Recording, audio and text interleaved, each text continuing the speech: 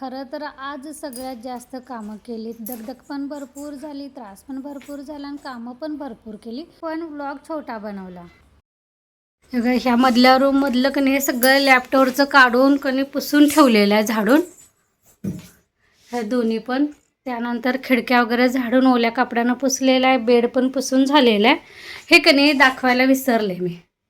आवरायच्या नादात कणी माझ्या लक्षातच नाही आलं.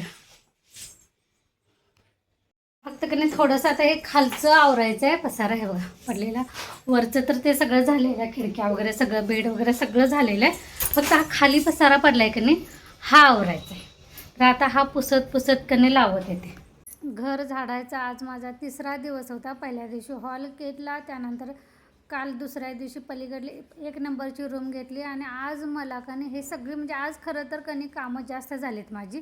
हे मी तुम्हाला पहिल्यांदा सांगितलं होतं. म्हणजे झालं सकाळी उठल्या कणी पहिल्यांदा टॉयलेट बाथरूम साफ करून घेतलं. कारण ते फरशी वगैरे बसवलेले असतात की नाही भिंतीला, तर ते पण मला कणी निरम्याच्या पाण्यानं घासून स्वच्छ कणी ब्रशनं घासलं. त्यानंतर पाण्यानं सगळ्या भिंती वगैरे धुवून साफ करायचं होतं आणि हे आंघोळीच्या अगोदरच मला कामं करायची होती. त्यामुळे उठल्या पहिल्यांदा ते केलं. तसं तर आज सुट्टीचा दिवस होता, निवांत होतं. पण कणी कामं असली की झोप थोडीशी लागते. त्यामुळे मी ठरवलं होतं रात्री वेळानं उठायचं आणि वेळानं कामाला सुरुवात करायची. पण पहाटे जाग आली आणि झोप पण लागेना. कधी एकदाशी कामं पूर्ण होतात असं होतं ना. त्यामुळे उठले, झोपत म्हटलं आडवं पडत लोळत बसण्यापेक्षा उठले आणि ते सगळं साफ करून घेतलं. त्यानंतर आंघोळ वगैरे आता माझी झालेली आहे. पण माझं आज एक काम कमी होतं. म्हणजे आज जेवण काय मला करायला लागणार नव्हतं. एकच काहीतरी करायला लागणार होतं, ते मला अजून वेळानं करणार होते. तर इथं चहा नाश्ता झालेला आणि पहिल्यांदा कणी हे दुसऱ्या रूमला लॅपटॉपचं सगळं तणूकडून काढून कणी मग दोघांनी झाडून घेतलं. त्यानंतर आता लॅपटॉपचं झाडलं, सगळं बेडवरच्या कणी गादी वगैरे पण गुंडळून मी झाडून घेतलं. पण ते कणी शूट करायचंच माझ्या लक्षात न गेलं. म्हणजे कसं कामं आवरायच्या नादात कणी मला ते लक्षातच आलं नाही. तर ते सगळं केलं. त्यानंतर कणी दरवाजे वगैरे पुसून खालचा पसारा सगळा आवरून पुसून घेतला. तोपर्यंत पाणी पण आलं, पाणी भरलं.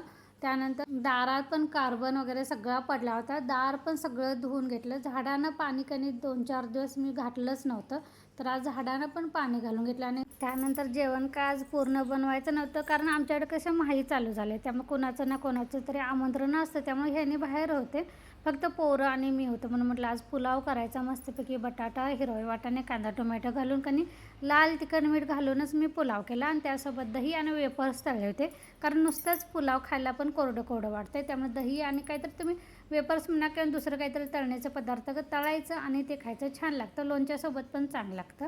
तर पोरांना भूक लागली होती म्हणून पहिल्यांदा पुलाव वगैरे केला. त्यानंतर जेवण झालं. आणि इथं आता कणी कसं होतं माहिती आहे, एक जरी रूम झाडली कणी तरी पण ज्यावेळी ती रूम झाडून झाल्यानंतर पुसून झाल्यानंतर पण बाकीचं घर पुसायलाच लागतं आहे. त्यामुळं कारण ते धूळ कणी पायांना ह्या खोलीतनं त्या खोलीत होत्या, सगळं घर परत घाण लागते.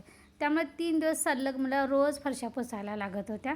तर आज पण तसं झालं. ती मधली रूम सकाळी आवरून घेतली. त्यानंतर इथं कणी आता हे सगळं हॉल वगैरे पुसायला चालू केलेलं आहे. आणि बरोबर आता 2:45 वाजलेले आणि अजून माझं बाकीचं सगळं पुसण्याचं वगैरे चालू आहे.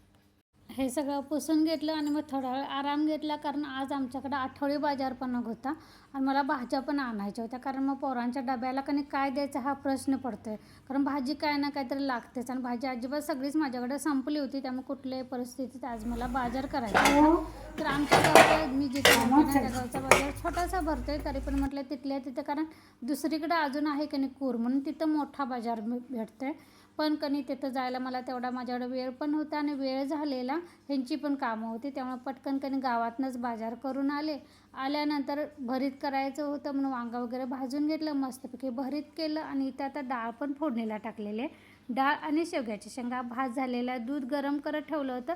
पण डाळ फोडणीला देताना त्याचे जे शेंतोडे असतात आणि तेलकट ते दुधावर उडाले होते. इथं मी कधी बाजारला जायच्या अगोदर काय केलं, फ्रीज साफसफाई करायचं होतं. पण कधी झोपून घेतलं होतं दुपारी, कारण वेळ झाला होता आणि कंटाळा पण आला होता. पण झोपून काय करायचं म्हणून उठले परत आणि बाजारला जायच्या अगोदर सगळं फ्रीजमधलं काढलं आणि त्याच्या जे ट्रे वगैरे होत्या कणी ते घासून धुवून कणी पालती घालून ठेवलं होतं.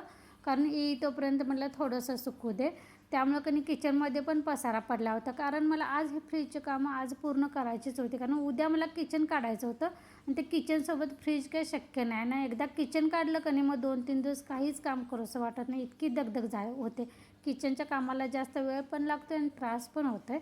मग त्यामुळे फ्रीज सगळ्या भाज्या आणलेल्या भरून घेतल्या, सगळं घासलेलं त्यामध्ये डब्यामध्ये आणि सगळं जेवण करत करत कनी हे दुसरीकडे माझं फ्रीजचं आवरायचं चालू होतं. आणलेलं माळवं वगैरे सगळं फ्रीजमध्ये भरून घेतलं. तोपर्यंत माझी डाळ पण झाली होती. त्यानंतर मी भाकरी बनवायला घेतल्या, भाकरी केल्या, त्यानंतर जेवण करून भांडी वगैरे आवरून घेतली.